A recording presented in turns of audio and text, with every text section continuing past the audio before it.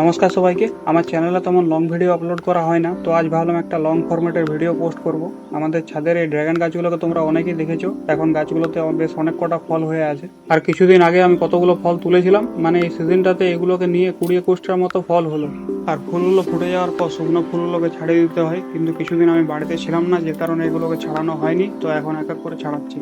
আর এখানে এই দুটো ফল, এগুলো ফুলগুলো যেদিন ফুটেছিল আমি সেদিন বৃষ্টির কারণে হ্যান্ড পলিনেশন করতে পারিনি, তো আমি ভাবছিলাম হয়তো ফলগুলো লাগবে না, কিন্তু দুটো ফলে লেগে গেছে।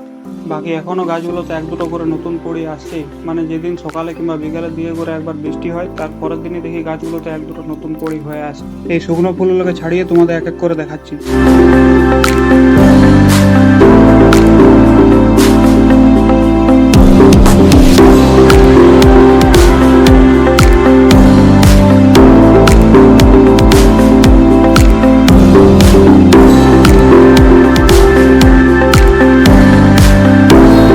তো সব শুকনো ফুলগুলোকে ছাড়িয়ে দিলাম। আর এই দুটো কড়ি 8-10 দিন আগে হয়েছিল, আসলে এখানে দুটো না 4টা কড়ি ছিল। দুটো কড়ি অলরেডি হলুদ হয়ে শুকিয়ে গেছে, আর এই দুটো এখনো পর্যন্ত ঠিকঠাক আছে।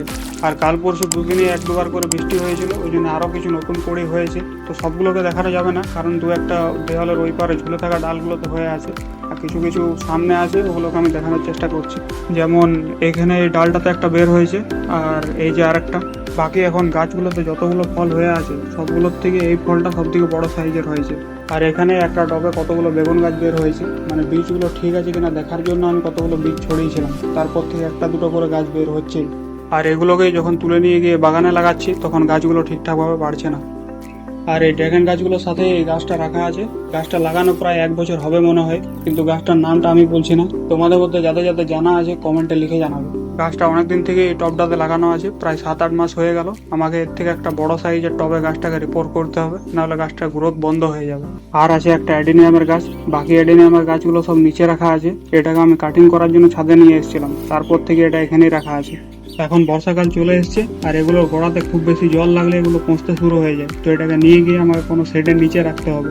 আর এটা হচ্ছে ছাদের আর একটা কোণা। এখানে এই টবটাতে কতগুলো চিয়া সিডসের গাছ লাগানো আছে। আসলে প্রথমে টবটাতে এই ড্রাগন গাছটাই লাগানো ছিল, পরে করে 3টে চিয়া সিডসের গাছ লাগিয়েছি। এখন টবটা পুরো চিয়া সিডসের গাছেই ভরে আছে। যে হোক, গাছগুলোতে এখন ফুল হয়েছে। আর এর আগে আমাদের বাড়িতে চিয়া সিডসের গাছ ছিল না, তো আমার ঠিকঠাকভাবে জানা নেই কেমন কি হয়। বাকি গাছগুলো সতেজ আছে আর এখনো ঠিকঠাকভাবে গ্রো হচ্ছে। আমি একটা জুস নিয়ে এসেছিলাম যেটাতে চিয়া সিড দেওয়া ছিল, ওখান থেকে আমি কতগুলো বীজ লাগিয়ে দিয়েছিলাম, তারপরে এই গাছগুলো বের হয়েছে। তো ভিডিওটা শেষ পর্যন্ত দেখার জন্য ধন্যবাদ। ভালো লেগে থাকলে অবশ্যই লাইক সাবস্ক্রাইব করে দিও। কমেন্টে জানাবে তোমাদের কোন গাছটা বেশি ভালো লাগলো। দেখা হচ্ছে আবার পরের ভিডিওতে।